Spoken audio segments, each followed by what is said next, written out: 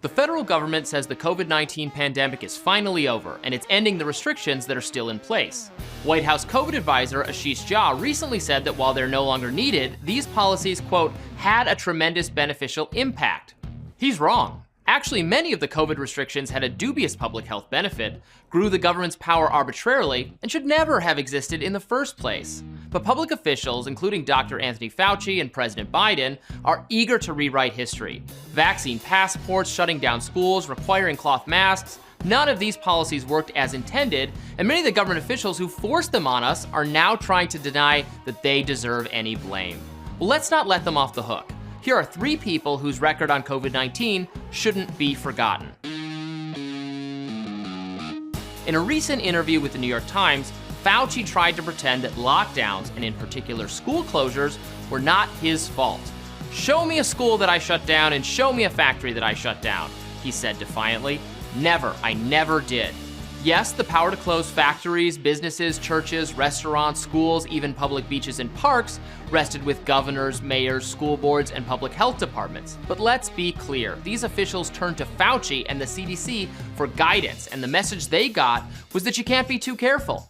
Fauci used his position as the top government health advisor in the country to advocate for prolonged closures. And he was saying, people will die if you don't shut everything down.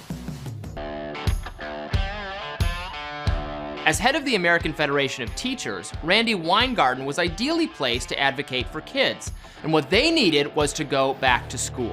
Even early in the pandemic, it became clear that virtual school was failing to meet the needs of most kids and stressing out their parents. Everything from plummeting reading and math scores to feelings of loneliness and isolation are the legacy of shutting down schools. But what did Weingarten do? She vigorously opposed President Trump's plan to reopen schools, calling it reckless, callous, and cruel.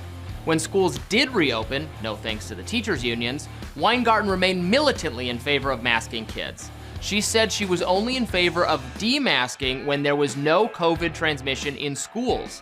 If she had her way, kids would probably still be forced to wear masks. When Biden was running for president, he said the COVID vaccine shouldn't be mandatory. A year later, once he was in the White House, he flip-flopped and ordered a national vaccine mandate for 80 million private sector workers. The Supreme Court eventually struck that down, but it remained in place for certain federal workers, healthcare workers, and also for non-US citizens trying to enter the country. The point of the mandates was to stop the spread of COVID. At a town hall event for CNN, Biden infamously declared, "You're not going to get COVID if you have these vaccinations." But of course, although vaccines offer significant protection, that's not true. Vaccinated people get COVID all the time. It even happened to Biden himself. On the other hand, vaccine mandates are a massive infringement of individual liberty. My body, my choice, anyone?